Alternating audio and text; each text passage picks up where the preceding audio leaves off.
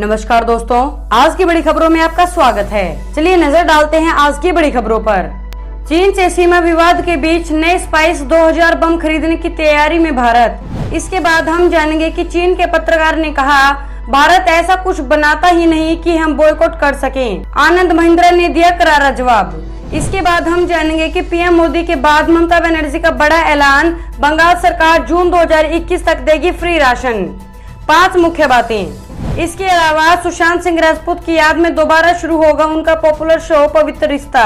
अगली बड़ी खबर में हम जानेंगे कि मोदी सरकार के साथ खड़ी हुई धोनी और एकल राहुल की टीम, कहा चीनी कंपनियों से नाता तोड़े आईपीएल।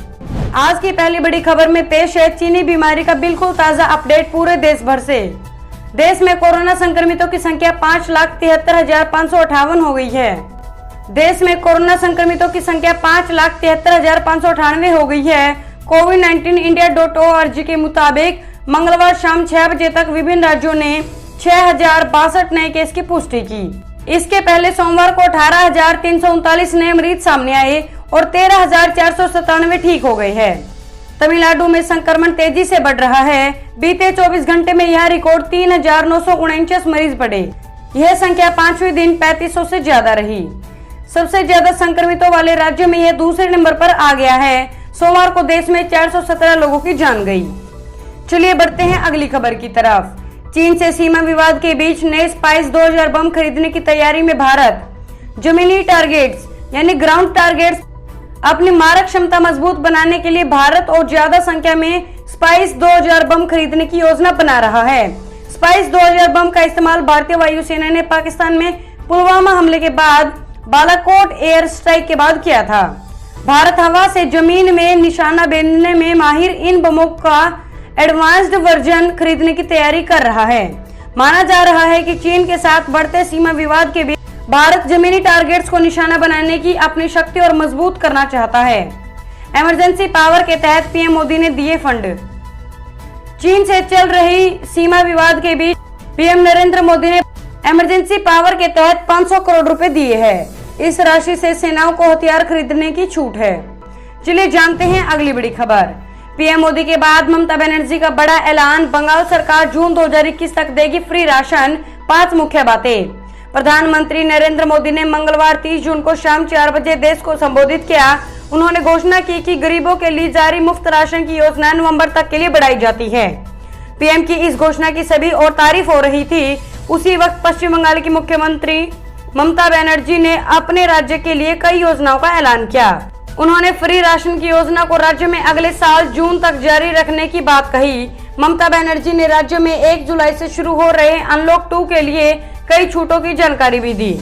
साथ निजी बस एयरपोर्ट्स को चेताया कि वे किराया बढ़ाने की मांग छोड़ दें। साथ निजी बस ऑपरेटर्स को चेताया कि वे किराया बढ़ाने की मांग छोड़ दें। देश में 1 जुलाई से अनलॉक 2 लागू हो रहा है। केंद्र सरकार ने इसके लिए सोमवार को ही गाइडलाइन जारी कर दी है। हालांकि अनलॉक 1 की तरह अनलॉक 2 में भी राज्यों को यह छूट दी गई है। वे अपनी जरूरतों के मुताबिक केंद्र के दिशा निर्देश में बदलाव कर सकते हैं। बात करेंगे आज की अगली बड़ी खबर की। दिवाली और छठ पूजा तक गरीबों को मिलेगा मुफ्त राशन। 80 करोड़ लोगों को होगा लाभ। देश में जारी कोरोना वायरस के प्रकोप के बीच प्रधानमंत्री नरेंद्र मोदी ने देश को संबोधित किया। पीएम नरेंद्र मोदी ने अपने संबोधन में घोषणा की कि प्रधानमंत्री गरीब कल्याण योजना के अंतर्गत गरीबों को मुफ्त राशन की योजना 5 महीने बढ़ाई जा रही है। अब ये योजना नवंबर तक देश में लागू रहेगी। इस योजना के तहत गरीबों को 5 किलो मुफ्त गेहूं या चावल और 1 किलो चना दिया जाएगा। प्रधानमंत्री ने कहा कि इस योजना को नवंबर तक लागू करने में 90,000 करोड़ के अतिरिक्त खर्चा आएगा। पीएम नरेंद्र मोदी ने ये भी कहा कि जब से ये योजना शुरू हुई है तब से नवंबर तक इसमें 1.5 लाख करोड़ तक का खर्च आएगा। पीएम मोदी ने कहा कि हम कोरोना के साथ साथ ऐसे मौसम की ओर बढ़ रहे हैं जहां पर तमाम तरह की बीमारियां होती है। ऐसे में सभी को अपना ध्यान रखने की जरूरत है। मेरा आपसे विनम्र निवेदन है कि अपना ध्यान रखें। पीएम मोदी ने कहा कि अनलॉक होने के बाद से लापरवाही बढ़ रही है। चलिए जानते हैं अगली बड़ी खबर। चीन के पत्रकार ने कहा, भारत ऐसा कुछ बनाता ही नहीं कि हम बॉयकॉट कर सकें। आनंद महिंद्रा ने दिया करारा जवाब। भारत और चीन के बीच कमांडर सत्र की बातचीत से ठीक 1 दिन पहले केंद्र सरकार ने 59 चाइनीज ऐप्स को बैन कर दिया है। इसमें टिकटॉक और यूसी ब्राउजर जैसे फेमस ऐप भी शामिल है। भारत के इस कदम से झल्लाए एक चीनी पत्रकार ने सरकार के इस कदम के खिलाफ ट्वीट किया। उसने कहा कि भारत वाले ऐसा कुछ बनाते ही नहीं जिसका हम बॉयकॉट कर सकें।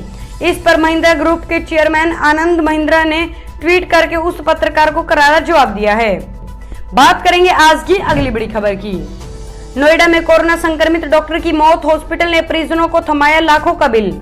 उत्तर प्रदेश में नोएडा के एक प्राइवेट कोविड-19 हॉस्पिटल में तकरीबन 20 दिन के इलाज के बाद कोरोना वायरस से संक्रमित एक डॉक्टर की मौत हो गई, जिसके बाद हॉस्पिटल प्रबंधन ने डॉक्टर के परिजनों को भारी भरकम बिल थमा दिया। मृतक डॉक्टर के परिजनों का आरोप है कि हॉस्पिटल ने मनमाने तरीके से इलाज के नाम पर 14 लाख रुपए का बिल बना दिया, जो कि ICMR के तय रेट का सरासर उल्लंघन है। जबकि इस मामले में हॉस्पिटल प्रबंधन का कहना है कि बिल ICMR की गाइडलाइन के हिसाब से ही चार्ज किया गया है। परिवार के आरोप। रिपोर्ट के मुताबिक नोएडा के सेक्टर 11 में रहने वाले एक ब्यूम्स डॉक्टर प्राइवेट क्लिनिक चलाते थे। BUMS डॉक्टर प्राइवेट क्लिनिक चलाते थे। डॉक्टर के अस्वस्थ होने पर 7 जून को उन्हें नोएडा के सेक्टर 62 स्थित एक प्राइवेट कोविड हॉस्पिटल में भर्ती करवाया गया। बात करेंगे आज की अगली बड़ी खबर की। केंद्र सरकार ने इन इलाकों में रहने वाले लोगों को इनकम टैक्स से दी छूट। केंद्र सरकार ने दिल्ली की अवैध कॉलोनी में रहने वाले लोगों के लिए इनकम टैक्स में बड़ी राहत की घोषणा की। सरकार ने कहा कि पिछले साल अधिकृत की दिल्ली की अवैध कॉलोनियों में जमीन या मकान खरीदने वाले लोगों को इनकम टैक्स में छूट मिलेगी। सरकार की ओर से कहा गया है कि पहले ये कॉलोनियां अवैध थी। ऐसे में संभव है कि कुछ लोगों ने सरकार की ओर से संपत्ति रजिस्ट्रेशन के लिए तय किए गए सर्कल रेट से कम कीमत में जमीन या घर खरीदे हो। सरकार ने फैसला किया है कि ऐसे लोग जो इनकम टैक्स भुगतान से छूट दी जाएगी। चलिए जानते हैं अगली बड़ी खबर। 3, 6 और 15 जुलाई को होने वाले सिपाही दक्षता परीक्षा स्थगित, केंद्रीय चयन परिषद का फैसला। बिहार में सिपाही दक्षता परीक्षा स्थगित कर दी गई है। केंद्रीय चयन परिषद ने इस बात का फैसला किया है। बता दें कि यह परीक्षा 3, 6 और 15 जुलाई को होनी थी, लेकिन कोरोना संक्रमण के कारण ट्रेनों का परिचालन बाधित रहने के कारण इसे स्थगित करने का फैसला लिया गया है। अध्यक्ष के S द्विवेदी ने इस बाबत आदेश भी जारी कर दिया है।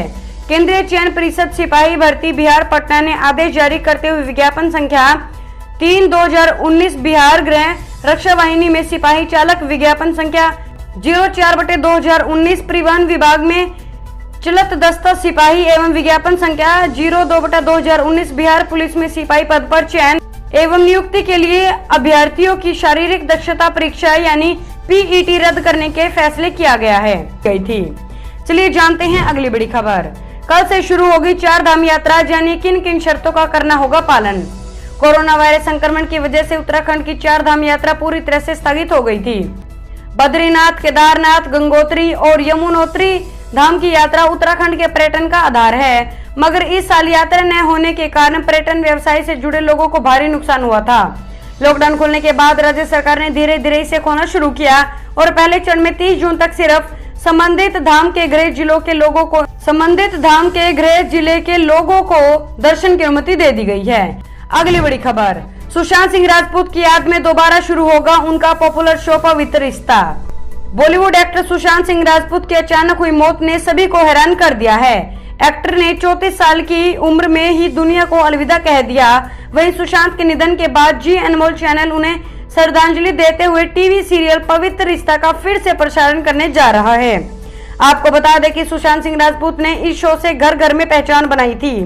सुशांत ने इस सीरियल में मानव देशमुख का किरदार निभाया था।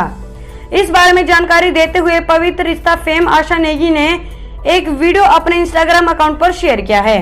उन्होंने कहा, जितने लोग मुझे जानते हैं उन्हें पता है कि मेरे अब तक के सफर में सबसे स्पेशल शो पवित्र रिश्ता ही रहा है।